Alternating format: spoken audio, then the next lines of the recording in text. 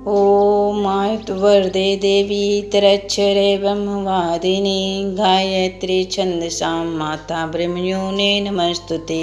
आदिशक्ति, वेद माता, देव माता, विश्व माता के रूप में गायत्री का परिचय। गायत्री परमात्मा की वह इच्छा शक्ति है जिसके कारण सारी सृष्टि चल रही है। छोटे से परमाणु से लेकर पूरे विश्व ब्रह्मांड तक, व नदी पर्वतों से लेकर पृथ्वी, चांद व सूर्य तक सभी उसी शक्ति के प्रभाव से गतिशील हैं। वृक्ष वनस्पतियों में जीवन की तरंगें उसी के कारण शक्ति से उठ रही हैं। अन्य प्राणियों में उसका उतना ही अंश मौजूद है जिसके कि उनका काम आसानी से चल सके। मनुष्य में उसकी हाजिरी समान रूप से मस्तिष्क में स्थित बुद्धि के रूप में होती है।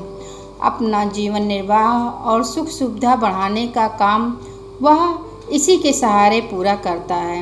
असमान रूप में यह ऋतंभरा प्रज्ञा अर्थात सद्बुद्धि के रूप में प्रकट होती है, जो उसे सही गलत की समझ देकर जीवन लक्ष्य के रास्ते पर आगे बढ़ाती है।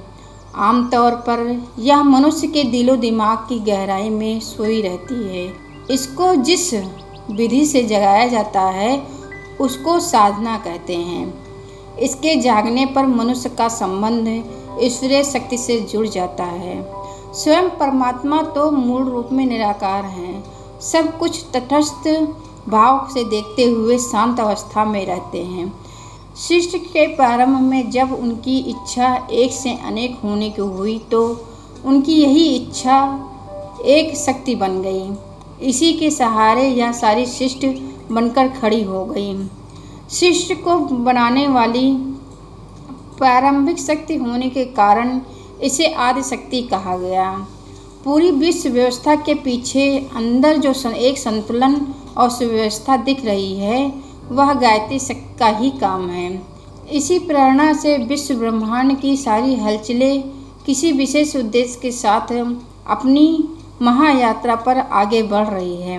ब्रह्मा जी को सृष्टि के निर्माण और विस्तार के लिए जिस ज्ञान और क्रिया कौशल की जरूरत पड़ी थी वह उन्हें आदि शक्ति गायत्री की तप साधना द्वारा ही प्राप्त हुआ था। यही ज्ञान विज्ञान वेद कहलाया और इस रूप में आदि शक्ति का नाम वेद माता पड़ा, अर्थात वेद का सार गायत्री मंत्र में बीज रूप से पड़ा हुआ है। विशिष्ट की व्यवस्था को संभालने व चलाने वाली विभिन्न देव शक्तियाँ आदि शक्ति की धाराएं हैं। जैसे कि एक विद्युत शक्ति अलग अलग काम करने वाले यंत्रों के रूप में light, tube light, heater, refrigerator, cooler विभिन्न रूपों में सक्रिय दिखती हैं। इसी प्रकार एक आदि शक्ति रचना, संचालन, परिवर्तन आदि क्रियाओं के रूप में ब्रह्मा, विष्णु, महेश जैसी आदि देव शक्तियाँ के रूप में अलग अलग प्रतीत होती हैं। इसी तरह अन्य देव शक्तियाँ भी इसी की विविध धाराएं हैं। वह इसी से पोषण पाती हैं। इसी रूप में इसे देव माता नाम से जाना जाता है। देव माता का अनुग्रह पाने वाला समान व्यक्ति भी देवतुल्य गुण शक्ति वाला बन जाता है। सारे विश्व की उत्पत्ति आदि शक्ति के गर्भ में हुई, अतः इसे विश्व माता नाम से भी जाना जाता है। इस रूप में माँ का कृपा पात्र व्यक्ति विश्व मानव बनकर वसुधैव कुटुंबकम अर्थात पूरे विश्व में अपना परिवार के उदार भाव में जीने लगता है। जय गुरुदेव।